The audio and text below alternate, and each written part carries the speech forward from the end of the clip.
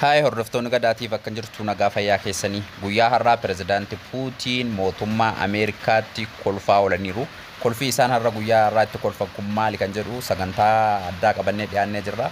Sagantaa keenya itti fufuudhaan dura chaanaala keenyaaf namoonni haarawaa taatan subscribe, like, share godhuudhaan akka nu faana jiraattan namoonni maatii chaanaala keenyaa taatan immoo akkuma beekamu chaanaala keenya like share godhuudhaan akka nu jajjabeessitan isin gaafannaa. Sagantaan keenya guyyaa har'aa akkuma mata duree irratti dubbachuuf yaalle irratti ibsuuf yaalle irratti Ameerikaan guyyaa har'aa kana meeshaaleewwan waraanaa ammayyaa'oo ta'an saree lubbuu hin qabne jechuudhaan pirezidaantii Puutiin Ameerikaatti qoofuudhaan guyyaa har'aa itti kolfaa oolaniiru.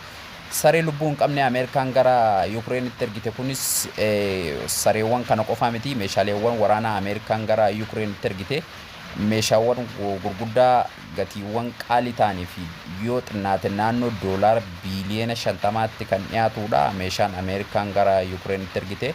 Ameerikaan egaa gara Yukireen qofatti miti meeshaan isiin ergite gara Taayiwaan illee ergitee jirti. Meeshaan isiin gara Taayiwaan ergite illee akkuma kana yoo xinnaate akka keessa beektonni garaagaraa jechaa jiranitti naannoo doolaara biiliyoona 35 kan ta'u meeshaawwan waraanaa ammayyaa'oo ta'an rooboototaa fi jeettota waraanaa fi meesaayiloota garaagaraa gara Chaayinaatti Taayiwaanitti imalchiifteetti jechuudha. Kunis kan barbaachise yeroo kanatti maaliif Ameerikaan kara biyyoota garneen lamman akkamitti maaliif gargaaruu barbaadde jechuudhaan beektonni garaagaraa yoo ibsan Ameerikaan kara biraadhaan ifatti yeroo ammaa kana Chaayinaa fi Ruusiyaa irratti lola banuudhaaf akka ta'e ifatti dubbatamaa jira.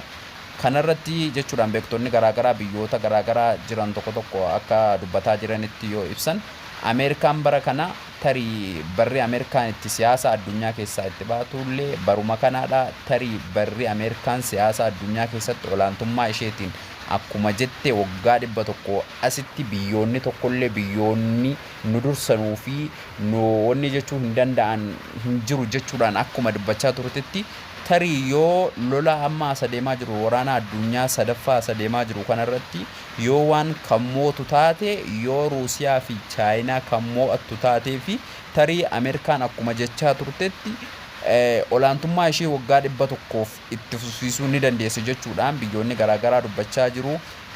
Chaayinaan illee gara isiitiin meeshaawwan Ameerikaan gara Taayiwaanitti ergite kana ilaalchisuudhaan waan jette qabdi. Chaayinaan Taayiwaan qaama kootii biyya kan koodha. Biyya kan koo irratti immoo eenyumtuu abbaan fedhe dhufee akka barbaadetti seenee waan tokkollee dubbachuu hin danda'u. Biyyoota Chaayinaa weeraruuf dhufan kamiifuyyuu immoo walii wajjin xaba hin qabnu.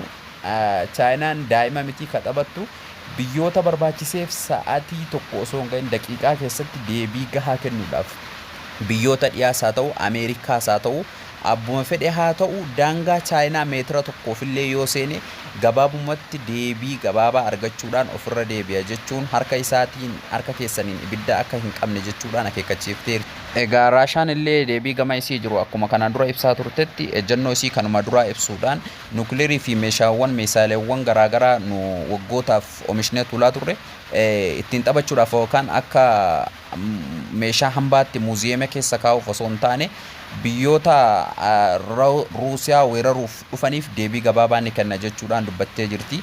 Egaa sagantaan keenya guyyaa har'aa qabnu asumarratti raawwataa. Chaanaala keenya subscribe, like, share godhuudhaan akka nu hordoftan sagantaa biraatiin haga walitti deebi'utti nagaan bulaa jechuudhaan sagantaa keenya guyyaa har'aa goolabna.